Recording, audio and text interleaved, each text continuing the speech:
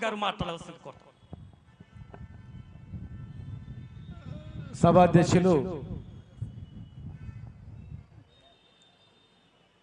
పెద్దలు సమన్వయ సమితి చైర్మన్ బాలరాజు గౌడ్ గారు, విజయ్ కుమార్ గారు, ఈ సమావేశానికి ఇప్పుడే వచ్చేసినటువంటి గౌరవనీయులు బడుగు బలహీన వర్గాల నాయకుడు, నిరంతరం బలహీన వర్గాల గురించే కొట్లాడుతున్నటువంటి వ్యక్తి, రాజ్యసభ మాజీ సభ్యులు హనుమంతరావు గారికి, గౌరవనీయులు మాజీ మండలి చైర్మన్ పెద్దలు మా అన్న స్వామిగౌడ్ గారికి, మాజీ శాసనసభ్యులు బిచ్చమ్మగౌడ్ గౌడ్ గారికి, బీసీ కార్పొరేషన్ చైర్మన్ యువకుడు భవిష్యత్తు గల నాయకుడు శ్రీకాంత్ గౌడ్ గారికి, జిల్లా పరిషత్ వైస్ చైర్మన్ నారాయణ గౌడ్ గారికి, పెద్దలు బడుగు బలహీన వర్గాల జాతీయ స్థాయిలో అనేక ఉద్యమాలు రోజు లేచినప్పటి నుంచి ఆయన దగ్గర వేరే ఉండదు, ఓ ధర్నాను కొట్లాటను స్టేట్మెంట్ తప్ప ఏముండదు ఆయన జీవితం. మరి నిరంతరం శ్రమిస్తున్నటువంటి మన జాతి ముద్దుబిడ్డ జాతుల శ్రీనివాస్ గౌడ్ గారికి, పెద్దలు అన్న రమణ గౌడ్ గారికి, పెద్దలు మన ఐలి వెంకన్న గౌడ్ గారికి, మరి ఏ కార్యక్రమం ఉన్నా కూడా సమన్వయం చేస్తున్నటువంటి హరిచరణ్ గౌడ్ గారికి, రేణుక గారికి, యువ నాయకుడు విక్రమ్ గౌడ్ గారికి, ఉద్యమం నుంచి నేటి వరకు శ్రమిస్తున్న అంబాల నారాయణ గౌడ్ గారు చైర్మన్ గారికి, దుర్గాయ్ గౌడ్ గారికి, దామర్ గౌడ్ గారికి, ఈతములు ప్రసాద్ గౌడ్ గారికి, రేణుక గారికి, చాలామంది దయచేసి క్షమించాలి, చాలామంది మలేషి మా వెళ్ళిపోయిండ, అందరికి ఇక్కడ వచ్చిన పెద్దలకు అందరికి పేరు పేరు నమస్కారం. ఒక్కటి ముఖ్య నాయకులు వచ్చారు ఇక్కడ కనుక, ముఖ్య నాయకులని ఆహ్వానించిండు అధ్యక్షుడు కనుక సందేశం పోవాలని చెప్పి ఒక్కసారి మనం ఆలోచన చేయాలి. ఈ వృత్తి అనేది ఎంత పవిత్రమైన వృత్తి, ఎంత అపవిత్రంగా చేసింది. అమృతం, సురాపానం అంటే అమృతం, అది అమృతాన్ని ఎంత హీనంగా చేసిండ్రు మొన్నటి వరకు. చరిత్ర ఎట్లా తిరగరాసింది. ఎందుకంటే ఒక బలహీన వర్గాల వాళ్ళు ఆర్థికంగా ఎదిగే ఆర్థిక మూలాలు ఇక్కడ ఉన్నాయి కనుక దీన్ని దెబ్బతీయాలంటే ఒక ప్రచారం చేయాలి. ఉట్టిగా ఎవరికైనా కోపం వస్తే అరే ఆ హోటల్ తినకరా మంచిది కాదంట అని చెప్తారు, ఆ చా దాకనరా బొక్కల సూరగలుగుతారంట అని చెప్తారు. అంటే వాళ్ళు దెబ్బతీయాలని అట్లా దీన్ని కూడా దెబ్బతీసింది. ఎందుకంటే ఈ కులము 10 కులాలను బతికిస్తుంది. ఈత చెట్టు కొట్టేస్తే చేపలు తయారు చేస్తారు, కమ్మరోలకు పని ఉలి తయారు చేస్తారు, ఎద్దుల బండి విశ్వబ్రాహ్మణులకు బతుకుదెరువు ఉంటుంది, మాదిగ సోదరులు కళ్ళు తిత్తికి పనికి వస్తుంది, మన ముదిరా సోదరులు చేపలు అమ్ముతారు, ఆరకట్క సోదరులు కళ్ళు అమ్ముతారు, కుమ్మరోళ్ళకు కుమ్మర సోదరులు కుండలు చేస్తారు, మళ్ళీ సాయంత్రం బజ్జీలు అమ్ముకోవడానికి 10 మందికి అక్కడ. వెనకటికి ఇండస్ట్రీ లేదు, ఇదే ఇండస్ట్రీ, స్మాల్ స్కేల్ ఇండస్ట్రీ. ఏంటంటే 10 కులాలు బతికేది ఇది. దాన్ని ఎట్లా చేసిరంటే కళ్ళు అనగానే చీప్ డ్రింక్ చేసి. నేను ఎమ్మెల్యే ఉన్నప్పుడు పేర్లు చెప్పను, అవకాశం వచ్చిందని చెప్తా. అసెంబ్లీ లాబీలో మేము మాట్లాడుతున్నప్పుడు కళ్ళు గురించి హీనంగా మాట్లాడాను, చీప్గా మాట్లాడాను. నాకు ఇప్పుడు చాలా కోపం వచ్చి ఇమీడియట్గా క్వశ్చన్ వేసి, వైన్లు కూడా కళ్ళు నుంచే తయారవుతాయి, అది వేదాలలో ఉంది, మన పురాణాల్లో ఉంది, గౌడ పురాణంలో ఉంది, 16 రకాల వైన్లు తయారు చేస్తారు కళ్ళు నుంచి అని చెప్పి. మరి ఈ వైన్ షాపులు మాకే కదా, మా వృత్తి కదా అని చెప్పి ఆ రోజు నేను అసెంబ్లీలో క్వశ్చన్ వేసి అడిగిన.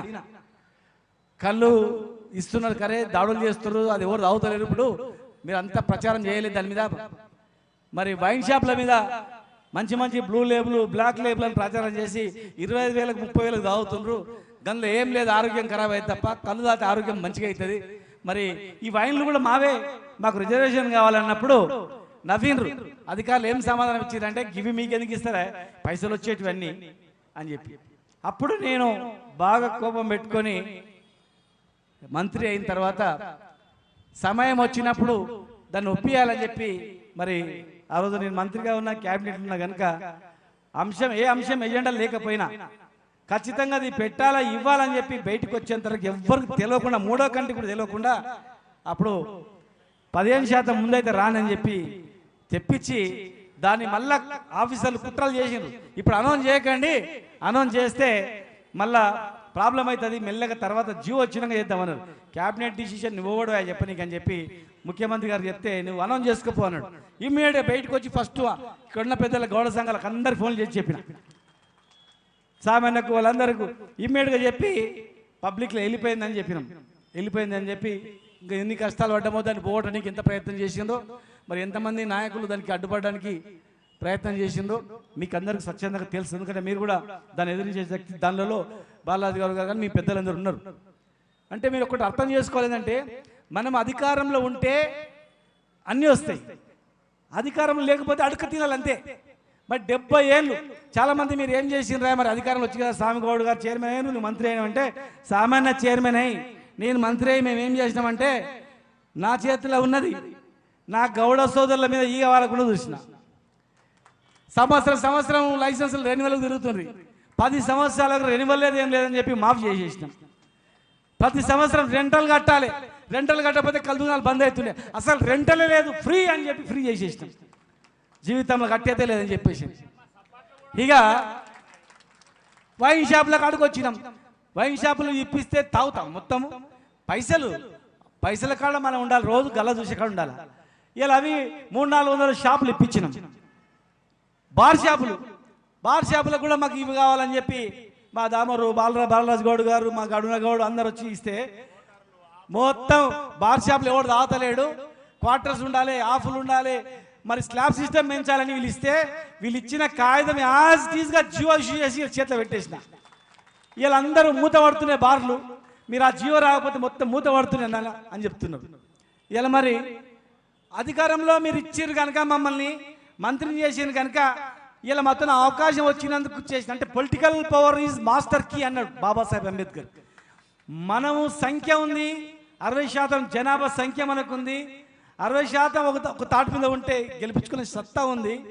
మరి అవగాహన లేక మన చేతిలో అధికారం పెట్టుకొని ఎవరైతే మనకు అధికారం ఉన్నంత మాత్రాన బీసీ ముఖ్యమంత్రి ఉంటేనో బీసీ ఉప ముఖ్యమంత్రి ఉంటేనో లేదా బీసీ ప్రధానమంత్రి ఉంటే లేదు, స్పృహ ఉండాలి. స్పృహ ఉన్న వ్యక్తి ఓసీలలో ఇప్పుడు ముఖ్యమంత్రి గారు బీసీ కాకుండా రోజు కానీ మేము అడిగి తెచ్చుకున్నాం. లౌక్యంతో అక్కడ పలుకుబడని ఉండాలి, ధైర్యంతో కొట్లాటట్లని ఉండాలి. ఆ స్పృహ ఉన్న వ్యక్తులు ఉంటేనే రాజకీయం చేయగలుగుతాం. ఇలా మరి ఎంతోమంది 70 సంవత్సరాల నుంచి వచ్చారు, పాపన్న విగ్రహాన్ని పెట్టాలంటే భయపడేది, చిన్న ఫోటో కొట్టి జయంతి ఉత్సవం చేయాలంటే కూడా లేకుండే. ఇలా ఏడ పడితే ఆడ డాక్టర్ బాబాసాహెబ్ అంబేద్కర్ గారు ఎట్లా చేస్తున్నామో, మహాత్మా గాంధీ ఎట్లా చేస్తున్నామో, శివాజీ ఎట్లా చేస్తున్నామో, మరి శివాజీకి సమకాలికుడైనటువంటి సర్వాయి పాపన్న విగ్రహాలు పెట్టుకుంటున్నాం, జయంతులు చేస్తున్నాం. జయంతి వర్ధంతి అంతకుముందు మనం పోయి దొంగసాటున చేసి రావాలి. ఇలా నేను ఇచ్చిన తర్వాత శాశ్వత జీవాది సంవత్సరం గురించో 2 సంవత్సరాల గురించి ఇచ్చింది కాదు, శాశ్వతంగా జయంతి వర్ధంతులు చేయాలని కలెక్టర్లు ఎస్పీలు సార్ ఫోటో దొరకలేదు సార్ ఎక్కడ ఉంది సార్ నెట్ల కొట్టి ఫస్ట్ నేను జియో ఇష్యూ చేసినప్పుడు కలెక్టర్లు ఎస్పీలు ఫోన్ చేస్తుంటే సంతోషం అనిపించింది. జిల్లా ఆఫీసర్లు అందరూ ఫోటో దగ్గర దండం పెట్టి 33 జిల్లాల్లో జయంతి ఉత్సవాలు వర్ధంతి ఉత్సవాలు చేసినప్పుడు ఇక అయిపోయిందిరా మన చేతులు దాడి పడిపోయిందని అనుకున్నాం. ఇలా మరి 500 కోట్ల విలువైన గౌడ భవనం కావచ్చు, నడి గడ్డ మీద నీరకే పెడితే కళ్ళు కాంపౌండ్ కల్లుగునం పెట్టినని పేపర్ రాసింది. అరే ఎవడరా బద్మాష్, కళ్ళు కాదురా ఇది అమృతం నీరా అని చెప్పి బ్రహ్మాండంగా చిన్నది పెడదాం అనుకున్నాం. వాడు ఎప్పుడైతే అన్నాడో కసితోనా అంత పెద్ద దాదాపు 50 కోట్ల విలువైనటువంటి టూరిజం దానిలో కేఫ్ పెట్టినాం. బిల్డింగ్ వాళ్ళది కానీ పర్మనెంట్ వాడు ఏం మీకకుండా మళ్ళీ అదేం చేయకుండా అక్కడ మనం నీరా కేంద్రాన్ని ఏర్పాటు చేసుకున్నాం. 5 కేంద్రాలు ఏర్పాటు చేసుకున్నాం. మరి భవనానికి నిధులు కేటాయించుకున్నాం. మేము చేసేది అంత చేసినాం. కింద పడి చనిపోతే కూడా పట్టించుకోకుండా 50,000 కూడా ఎక్కుంది, లక్షల రూపాయలు ఖాళీ అయిపోతే కూడా 5 లక్షల రూపాయలు చేసినాం. ఇంకా చేయాలి. ఇప్పుడు ప్రణం ప్రభాకర్ గారు ఉన్నారు, మహేష్ కుమార్ గారు ఉన్నారు, శ్రీకాంత్ గౌడ్ గారు ఉన్నారు. మరి వీళ్ళు కూడా ఉన్నారు కనుక మళ్ళీ దానికి కొనసాగింపుగా జియో కంటిన్యూ అయ్యేటట్లు మళ్ళీ ఏదో పేరు మార్చి మళ్ళీ మేము కూడా చేసి సంతోషం. మరి వాళ్ళు ఇచ్చింది, వాళ్ళకు కూడా స్పృహ ఉంది కనుక జయంతి ఉత్సవాలని వాళ్ళు కూడా కంటిన్యూ చేయడానికి ఒప్పుకున్నారు. మరి ట్యాంక్ బండ్ పైన ఎక్కడ కూడా వివాదం లేదు, ఎక్కడ కూడా ట్యాంక్ బండ్ పైన విగ్రహానికి ప్లేస్తో సహా మొన్న పొన్నం ప్రభాకర్ గారికి చూయించినాం. దానిలో ప్లేస్ లేదంట కదంటే ఆ జియోలో ప్లేస్ చూయించినాం. ట్యాంక్ బండ్ పక్కల పార్క్ అని ఉంది, అది సాగర్ పార్క్ పక్కల అని ఉంది. సాగర్ పార్క్ పక్కల ఆయన విగ్రహం పెట్టాలని చెప్పి జియో ఉంది అని చెప్పినాం. ఎందుకు స్టార్టింగ్ ట్యాంక్ బండ్ మీదనే పెట్టాలని అనుకున్నామంటే గోల్కొండ కోటను ఇలా మన బడుగు బలహీన వర్గాల నాయకుడు కనుక ఆయన సైన్యంలో గౌళ్ళు ఎవరు లేరు. మంగలి, కమ్మరి, కుమ్మరి, చాకలి, మాదిగ అన్ని కులాలు ఉన్నాయి, బడుగు బలహీన వర్గాల కులాలే. గోల్కొండ కోటను జయించినా కూడా ఎక్కడ చరిత్ర లేదు. అందుకే ట్యాంక్ బండ్ స్టార్టింగ్ లో ఉండాలని ప్లేస్ సెలెక్ట్ చేసినాం. ఆ జీవోలో కూడా సాగర్ పార్క్ పక్కల అని కూడా ఉంది, దానిలో క్లియారిటీగా ఉంది. ప్లేస్ చూసినప్పుడు మీరు అందరు కూడా వచ్చిండ్రు. 3 కోట్ల రూపాయలు బీసీ కార్పొరేషన్ నుంచి కూడా విడుదల చేసినాం. చైర్మన్ గారు కూడా ఇక్కడే వారు కూడా చెప్పినాం, అవు చూసినామని చెప్పిండ్రు. మరి ఖచ్చితంగా నేను నా డిమాండ్ కాదు, ఇది నా రిక్వెస్ట్ ముఖ్యమంత్రి గారిని. మరి మేము ఇచ్చిన జియో ఏం గొడవలేదు, అక్కడ డబ్బులు శాంక్షన్ అని. మీరు 18వ తారీఖు నాడు ఖచ్చితంగా అక్కడ భూమి పూజ చేసి కావాలంటే మా బాలరాజు గౌడ్ గారు ఇది ఇస్తాడు విగ్రహం. ఆ విగ్రహం పెద్ద విగ్రహం చేసేంత వరకు ఇది తీసుకుపోయి ఆడ పెట్టినట్లయితే మళ్ళీ 18వ తారీఖు నాడు పెద్ద చేసిన తర్వాత ఆయన తీసుకొచ్చి పర్మనెంట్గా పెట్టిస్తాం. ఆయన ఈ మూలకు పక్క పెట్టిస్తాం. నేను మళ్ళీ ఎత్తేది లేదు, దూకురం తీసేది లేదు. ఇలా మేము వైన్ షాప్లో రిజర్వేషన్ అడగడానికి బాలరాజు గౌడ్ కళ్ళు కాంపౌండ్ అని చెప్పి వ్యంగ్యంగా మాట్లాడితే మాకు అనిపించింది, అరే కళ్ళు కాంపౌండే మాది కాదు, నువ్వు తాగే వైన్ షాపులు కానీ నువ్వు తాగే బీరు బ్రాండ్లు కానీ అవి కూడా మావే, మా వృత్తే అనేటట్టు శాశ్వతంగా ఈ భారతదేశంలో ఎక్కడ డిమాండ్ లేదు, ఈ భారతదేశంలో ఎక్కడ అమలు కాలేదు. కానీ ఇలా భారతదేశంలో ఎవరు అడగండి, ఇక్కడ ఎవరు మమ్మల్ని రిక్వెస్ట్ చేయండి. ఇలా మాకు అధికారం ఉన్నందుకు మీకు వైన్ షాప్లో ఇలా 15 తెచ్చినాం. రేపు మాపు కాంగ్రెస్ నాయకులు 20% ఇస్తామని మేనిఫెస్టో పెట్టిరు. రేపు 25 అవుతుంది, మళ్ళీ ఇంకో గవర్నమెంట్ మళ్ళీ మేము వచ్చినప్పుడు దాన్ని మళ్ళీ 40 చేస్తాం. లాస్ట్ చివరికి ఏదో ఒక రోజు ఈ మొత్తం కళ్ళు సొసైటీలకు ఇచ్చి కళ్ళు సొసైటీలే ఈ వైన్ షాప్ నిర్వహించాలనేటువంటి స్థాయికి గ్యారెంటీగా తీసుకొస్తాం 100% కూడా. కనుక ఇది మరి రాజ్యాధికారం వస్తే ఎన్ని పనులు అయితే అయినది మీరు చూడండి. కనుక మీరు మన చేతులతోనే మనల్ని అప్రతిష్ట పాలు చేయాలని ప్లాన్ చేస్తుంటారు. రకరకాల అసత్య ఫోన్లు వచ్చినాయి కనుక ఒక మనిషి మీద ఏదో బట్ట కాల్చి మీద వేస్తారు. సోమన్న గారు తెలుసు, ఎందుకంటే ఎన్నో పాటలు ఎన్నో ఆవేదనతో ఎన్నో ఆయన కంట్లోకి వచ్చిన పాటలు ఎన్నో ఉన్నాయి. ఒక మనిషి ఎదుగుతుంటే పని ఏంలే, నేను కమిషనర్గా పనిచేసి నాకు తెలుసు, ఒక కుక్కను చంపాలంటే ఏం చేస్తున్నారంటే అరే ఆ కుక్కకు పిచ్చిలేసిందంట అని చెప్తున్నాను అనమాట. అనేవరకు అప్పటి వరకు ముద్దు పెట్టుకుంటాడు యజమాని కూడా, వాడే మున్సిపాలిటీ ఫోన్ చేసి సార్ గజ్జిలేసిందంటే ఇంత మందు పెట్టి చంపాను సార్ అనేది అనమాట. అంటే మనిషిని కూడా ఒక క్యారెక్టర్ను దెబ్బతీయాలంటే వానికి ఏదో ఒకటి చేసి వాడిని దెబ్బతీయాలి. అది రాజకీయంగా దెబ్బతీయాలి, ఆర్థికంగా దెబ్బతీయాలి. అప్పుడు వీళ్ళు అడుక్కుంటూ ఉంటారు ఈయనే అనే స్థాయి చేస్తుంటారు. మా తమ్ముడు సోమన్న మన రామలింగం గారు తెలంగాణ ఉద్యమం నుంచి మేము ఏడుంటే పిలవకుండా వచ్చి పాట పాడి ఏది ఆశించకుండా బృందాన్ని తీసుకొచ్చి గజ్జగట్టి చేసినటువంటి తమ్ముడు ఇక్కడ ఉన్నాడు. మరి ఆయనకి ఏం దక్కకపోయినా కూడా నా ప్రాణం ఉన్నంత వరకు ఈ బలహీన వర్గాల గురించి పాట పాడుతాన్న అదృష్టం వచ్చినాడు వస్తుంది చూద్దాంలే మీరు అందరు ఉన్నారు కదా అని చెప్పి అన్నారు. కనుక ఇవాళ మనం ఏంటంటే రాజ్యాధికారం అనేది ఇవాళ మీ కళ్ళ ముందర 70-80 ఏళ్ళ నుంచి స్వాతంత్రం వచ్చిన తర్వాత ఉన్నాం కదా, ఇవాళ మా చేతికి సామాన్యకు చైర్మన్ గా నేను మంత్రిగా మేమందరం ఉన్నాం కనుక నాకు అధికారం వచ్చింది కనుక నేను తెలంగాణ తేవడంలో తెలంగాణ రావడంలో నాది కూడా ప్రధాన భూమిక ఉంది కనుక హక్కు కూడా నాకు ఎక్కువ ఉంటుంది కనుక ఇమ్మీడియట్గా నేను అడిగినన్ని ముఖ్యమంత్రి గారు చెప్తే నన్ను అడగకయా బాబు నువ్వు రాష్ట్ర సంతకం పెడతా అని చెప్పి ఆ స్థాయికి తెచ్చినాం. ఇలా 500 కోట్ల విలువైన భూమి కోకపేటలో ఉందంటే ఇలా అధికారంలో మీరందరూ మాకు అవకాశం కలిగించినందుకు ఇలా మేము చేసినాం కనుక మళ్ళా మహేష్ గౌడ్ అన్న కానీ పొన్నమన్న కానీ శ్రీకాంత్ గౌడ్ గారు కానీ వాళ్ళు కూడా ఖచ్చితంగా చేస్తారు ఆటోమేటిక్గా. కొత్తగా చేయాల్సింది ఏం లేదు, ఇక చేసినవి అమలు చేస్తూ ఇచ్చినవి పాపన్న విగ్రహాన్ని ఏర్పాటు చేయడం, జిల్లాను ఏర్పాటు చేయడం చేస్తుంటే పోతే మాకు పేరు వచ్చింది, చేసినాక మీకు పేరు వస్తుంది, నెక్స్ట్ ఇంకోరు పేరు వస్తుంది. ఏ ప్రభుత్వం వచ్చినా ఈ అంశాలకు గౌళ్ళకి ఏమి ఇవ్వాలంటే అది 20% వీళ్ళు ఇచ్చారుగా. నెక్స్ట్ మేనిఫెస్టోలో కాంగ్రెస్ ఏం చెప్తుంది 50 ఇస్తా అంటది, అప్పుడు మేమేం చేస్తాం 60 ఇస్తామని చెప్తాం ఆటోమేటిక్గా.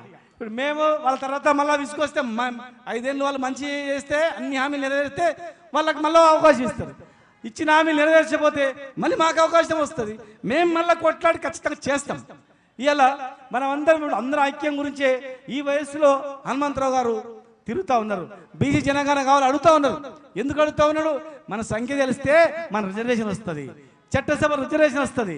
మేము 33% రిజర్వేషన్ కావాలని అసెంబ్లీ తీర్మానం చేసి పంపినాం. జనగణన చేయాలని చెప్పి తీర్మానం చేసి ఇచ్చినాం. ఇలా జనగణన వద్దంటున్నారంటే ఎంత సంఖ్య అని తెలిస్తే వీళ్ళు మరి మేము ఇంత సంఖ్య ఉండి మా ఆర్థిక స్థితి ఏముంది? రేపు టెండర్లు అయితే 1,00,000 కోట్లు, 1,00,000 కోట్ల కాంట్రాక్టర్లో ఎవడైనా మావాడు ఉన్నాడా? ఒక్కడు ఉన్నాడు.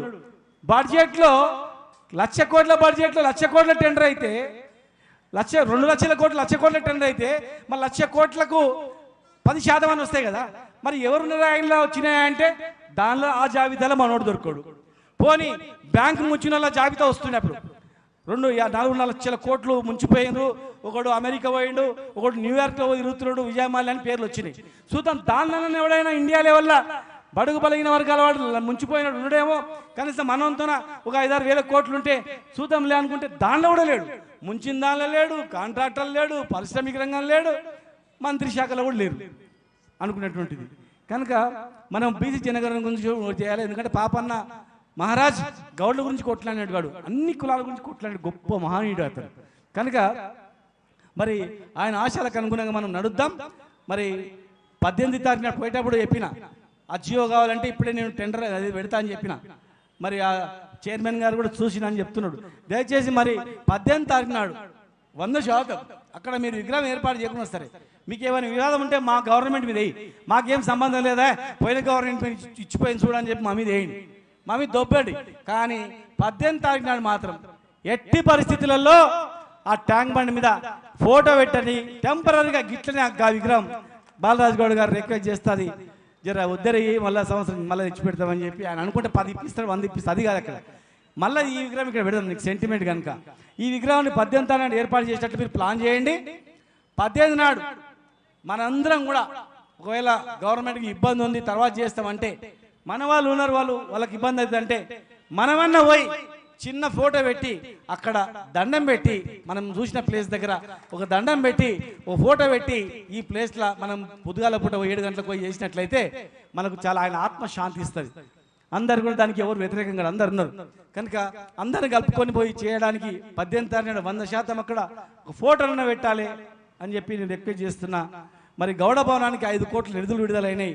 కాంపౌండ్ వాళ్ళకి అవన్నీ కూడా తొందరగా అక్కడ ఏర్పాటు చేస్తే అన్ని కులాలకు, మున్నూరు కాపుకు, ముదరాజులకు, నాయి బ్రాహ్మణులకు, అన్ని కులాలను కూడా నేను మరి గంగుల కమలాకర్ గారు ఇంకా 2-3 శ్రీనివాస్ యాదవ్ గారు మేము కూర్చొని 5 నెలలు 6 నెలలు కష్టపడి ఒక్కొక్క కులంలో 10 సంఘాలు 15 సంఘాలు ఉంటే ఒకటే ట్రస్ట్గా ఏర్పాటు కాండి అని చెప్పి అన్ని కులాలు కలిపి ఒక్కొక్క ట్రస్ట్గా ఏర్పాటు చేసి ట్రస్ట్కు భూమి ఇస్తే పర్మనెంట్గా ఉంటుంది, లేకపోతే బీసీ కార్పొరేషన్ చేతిలోకి పోతే మళ్ళీ అలాట్మెంట్ కాదు, మేము ఉన్నప్పుడే భూమి వస్తుంది మీకు అని చెప్పి అందరిని సమన్వయం చేసి 6-7 నెలలు కొట్లాటలు పంచాయతీలు తెంపి ఆ భూమి అంతా కూడా చేసినాం. మన గౌడ ట్రస్ట్ కూడా ఏర్పాటు చేసినాం. కౌండిన్య సర్దార్ సర్వాయి పాపన్న ట్రస్ట్ అని కూడా ఏర్పాటు చేసినాం. ట్రస్ట్ రిజిస్ట్రేషన్ అయింది. దానిలో అన్ని సంఘాలకు కూడా భాగస్వామ్యం ఇచ్చినాం. మాజీ మంత్రులు కానీ, మాజీ ఎమ్మెల్యేలు కానీ, మాజీ ఎంపీలకు కూడా అందరు కూడా శాశ్వత మెంబర్లుగా కూడా దాని సభ్యత్వం కూడా ఇచ్చినాం. కనుక దాని మీద కూడా మీరు దృష్టి పెట్టి చేయాలని చెప్పని మరి ఇంకా ఈ వృత్తి మీద అవమానపరిచేటట్లు ఎవరు చేసినా సహించకుండా ఉండాలని, అన్ని కుల వృత్తులను కూడా మనం దగ్గర తీసి ప్రతి కులాన్ని కూడా మనం ఆదరించాలని, బీసీ జనగణన పైన మరి ఖచ్చితంగా పెట్టి తీరాల్సిందే. దానికి అన్ని పార్టీలు, కాంగ్రెస్ల పార్టీ నాయకులు కూడా ముందుకు వస్తున్నారు, ధర్నాలు కూడా చేస్తున్నారు వాళ్ళు కూడా. కనుక ఇలా ఈ సమయం మళ్ళీ దొరకదు. అందరం కలుపుకొని బీసీ జనగణన తర్వాతనే మనం మిగతా స్టెప్ ఎలక్షన్స్ పోయేటట్లు కూడా మనం కూడా గౌడ్ల భాగస్వామ్యం కూడా అందులో ఉండాలి. తెలంగాణ ఉద్యమంలో కూడా మన భాగస్వామ్యం ఉంది కనుక దానిలో కూడా ఉండాలి. ఇంకా ఈ కుట్రలు ఉన్నాయి. కరోనా అవుతున్నప్పుడు కళ్ళను బంద్ చేసారు, ఎందుకంటే గిరాకీ ఎక్కువైంది. 100 రూపాయల సీసా 1000 రూపాయలకు అయింది, 1000 రూపాయలకు 2000 కూడా అయింది. అరే వీళ్ళు పైసలు ఎక్కువ వస్తున్నాయి కరోనాని బంద్ చేసింది. బంద్ చేసినప్పుడు TV9 ఇంటర్వ్యూలో నేను కళ్ళు తాగుతూ చెప్పిన, ఇది ఇమ్యూనిటీ పెంచుతుంది, కళ్ళు తాగితే కరోనా రాదంటే కొంతమంది జోక్ చేసి, అరే జోక్ కాదురా బిడ్డ అని తాగి చూడని చెప్పినాం. అట్లా మన మీద కుట్రలు జరుగుతూనే ఉంటాయి. మనోళ్ళతోని సంఘాల మీద పీక్లాట్లు పెట్టిస్తుంటారు. మరి ఉన్నప్పుడు అన్ని సంఘాలను సమన్వయం చేసి ఒక తాటిపై తీసుకొచ్చిన అదేవిధంగా ఈరోజు వరకు కూడా ఉన్నారు. కనుక సంఘాల మధ్య సమన్వయం లేకపోతే ఎవరు సంఘాల వాళ్ళు పనిచేయండి. ఒక ఆశయం వచ్చినప్పుడు వైన్ షాప్ల రిజర్వేషన్ కానీ, సర్వే పాపన్న విగ్రహం గురించి కానీ, ఇక్కడ సర్వే పాపన్నకు అవమానం జరుగుతుంటే కానీ, ఇంకా ఎవరికైనా ఇబ్బంది వచ్చినా, మిగతా బీసీ కులాలకు కూడా ఎవరికైనా కష్టాలు వచ్చినా, అరే గౌళ్ళు ముందరుని ఆదుకుంటారనే పేరు సర్వే పాపన్న పేరు నిలబెట్టేట్లు మనం ముందుకు పోవాలని చెప్పని తిమ్మాజిపేటలో సర్వే పాపన్న విగ్రహావిష్కరణ ఉంది. అక్కడ వెయిట్ చేస్తూ ఉన్నారు 11 గంటల నుంచి. కనుక నేను చివరి వరకు కూడా ఉండాలనుకున్నా, కనుక ముందు వెళ్తున్నందుకు క్షమించాలని చెప్పి మళ్ళీ రిక్వెస్ట్ చేస్తూ, స్వామిగౌడ్ అన్న కానీ మేము కానీ ఆనాడు ఉద్యమంలో సామాన్య స్ఫూర్తితో మరి మేము అన్ని సంఘాలు నడిపినాం. స్వామిగౌడ్ శ్రీనివాస్ గౌడ్ లేని సంఘం లేదు, స్వామిగౌడ్ శ్రీనివాస్ గౌడ్ లేని ఉద్యమం లేదు, ధర్నా లేదు, ఏం లేదు, అన్నీ చేసినాం. మరి మా జీవితం సర్వం కూడా తెలంగాణకే, ఈ జాతికే ఖచ్చితంగా ఉంటుందని చెప్పని ఓడిపోయినంత మాత్రం అయ్యేది ఏం లేదు. సంవత్సరం అయిపోయి తెలిసిపోయింది శ్రీనివాస్ గౌడ్ ఉన్నప్పుడు ఎట్లా లేనప్పుడు ఎట్లా కూడా అర్థమవుతుంది. ప్రజలు కోరుకుంటారు. ఒకసారి తప్పు చెప్పగలుగుతారు, 100 సార్లు తప్పు చెప్పలేరు కదా. తప్పు చెప్తే ఒక ఉన్నాడు, మా తమ్ముడు ఉన్నాడు అక్కడ, మా ఇంకో తమ్ముడు ఉన్నాడు, వీళ్ళు ఊరుకోరు, ఇక వీళ్ళ పాటల రూపేనా చీల్చి చెండాడతారు కూడా ఖచ్చితంగా అని చెప్పి మరొకసారి మీ అందరూ కూడా తెలియజేస్తూ థ్యాంక్ యూ.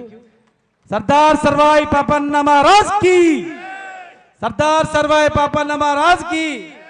ముఖ్యంగా బాలాజీ గౌడ్ గారికి, మా వెంకటేష్ గౌడ్ గారు తమ్ముడికి, మిగతా వాళ్ళ బృందానికి అందరు కూడా మనస్ఫూర్తిగా సహకరించే వాళ్ళందరికీ మరొకసారి అభినందన తెలియజేస్తూ, మళ్ళీ బువ్వకు రాత్రికి వస్తా. రాత్రి నుంచి నువ్వు రాలేకపోయినా రాత్రికి వస్తా. నువ్వేం తినమంటే అది తింటా, నువ్వేం దావంటే అది దాతా.